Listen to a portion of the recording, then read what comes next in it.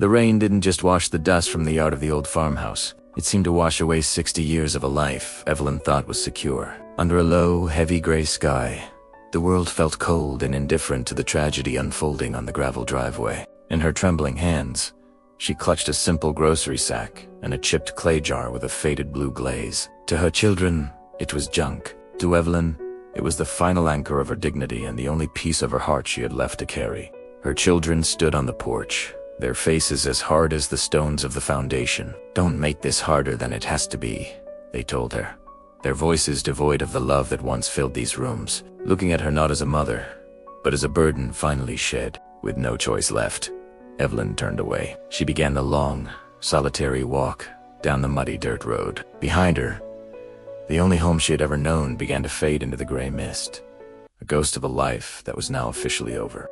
Miles later, she found rest under the heavy boughs of a sycamore tree by a small creek. She sat on the damp earth, pressing the jar to her chest. It was stubborn, oozed like air, chipped and worn, but refusing to break under the pressure of the world. Her mind drifted back to a sun-drenched afternoon decades ago. She could still see Walter's face, younger and full of life, laughing as he handed her that very jar at a roadside stand. "It's for the things that matter most," he had whispered with a wink. Guided by the vision, Evelyn arrived in Millbrook as the morning sun began to rise. It was a quiet place of peeling white churches and the smell of grain from the local feed store, a town that felt like it belonged to a kinder era.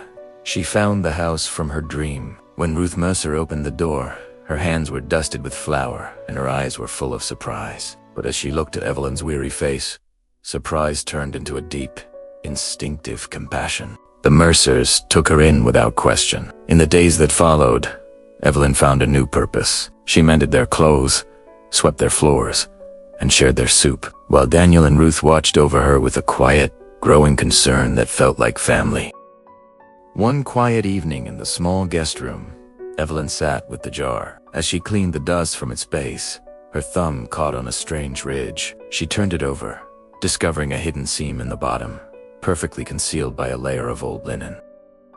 Her hands shook as she pried it open. Inside were 12 heavy gold coins and a folded Deloed note. It was Walter's handwriting. He had written about a love that would be tested by time, and a secret legacy left for the day she would need it most. Evelyn wept silently, pressing the note to her chest as the first light of dawn broke through the window. Walter had known. He had loved her enough to protect her even from the grave, providing a second chance she never thought possible.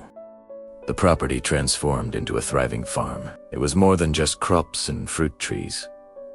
It was a sanctuary built shelf by shelf, a testament to a resilience that refused to be buried by the mistakes of the past. Then, the expensive cars arrived. Her biological children stepped out, their designer clothes looking out of place in the dirt. Their eyes were lowered in a rehearsed regret, having heard rumors of their mother's unexpected fortune. Evelyn stood firmly on her new porch, her posture tall and dignified.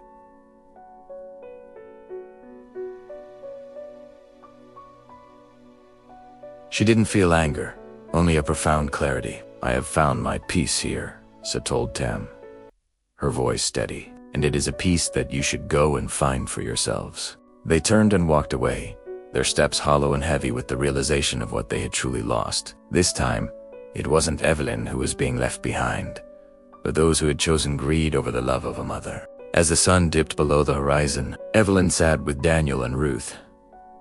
The old clay jar sat prominently on the table, its blue rim glowing in the final rays of light, a reminder that love, when hidden deep enough, can survive any storm.